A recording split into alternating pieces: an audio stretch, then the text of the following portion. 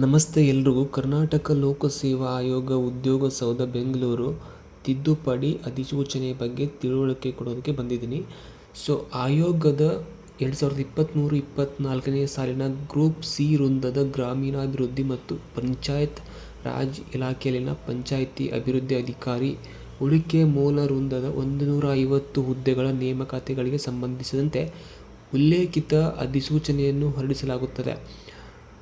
ಸದರಿ ಅಧಿಸೂಚನೆಯ ಕ್ರಮ ಗರಿಷ್ಠ ಸಂಖ್ಯೆ 13ರಲ್ಲಿ ವಯೋಮಿತಿಯನ್ನು ಸಾಮಾನ್ಯ ಅರ್ಹತೆ 35 ವರ್ಷಗಳು, ಪ್ರವರ್ಗ 2A, 2B, 3A ಮತ್ತು 3B 38 ವರ್ಷಗಳು ಮತ್ತು ಪರಿಶಿಷ್ಟ ಜಾತಿ, ಪರಿಶಿಷ್ಟ ಪಂಗಡ ಪ್ರವರ್ಗ 1 40 ವರ್ಷಗಳು ಎಂದು ನಿಗದಿಪಡಿಸಲಾಗಿತ್ತು.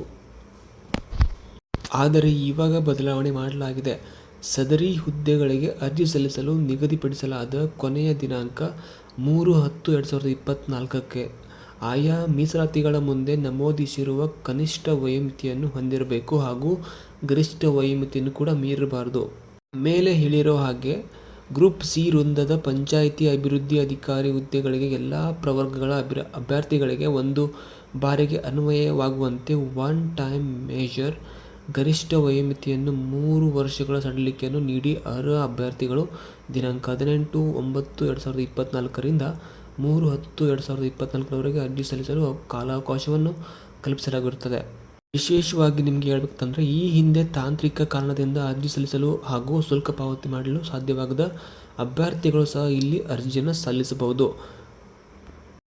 ಏನಾದರೂ ತಿಳಿದಿದ್ದಲ್ಲಿ ನೀವು ಕಮೆಂಟ್ ಮೂಲಕ ನಿಮ್ಮ ಒಂದು ಕ್ವಶನ್ಗೆ ಆನ್ಸರ್ನ ಪಡೆಯಬಹುದು. ಕಮೆಂಟ್ ಮಾಡಿ, ನಿಮಗೆ ಬೇಕಾದಂಥ ಉತ್ತರವನ್ನು ಪಡೆದುಕೊಳ್ಳಲು ಬಯಸುತ್ತೇನೆ. ಇದೇ ಥರ ಅಪ್ಡೇಟ್ಗಳಿದ್ದಲ್ಲಿ ನಾನು ಈ ಮೂಲಕ ನಿಮಗೆ ತಿಳಿಸುತ್ತೇನೆ ಎಂದು ಹೇಳುತ್ತೇನೆ.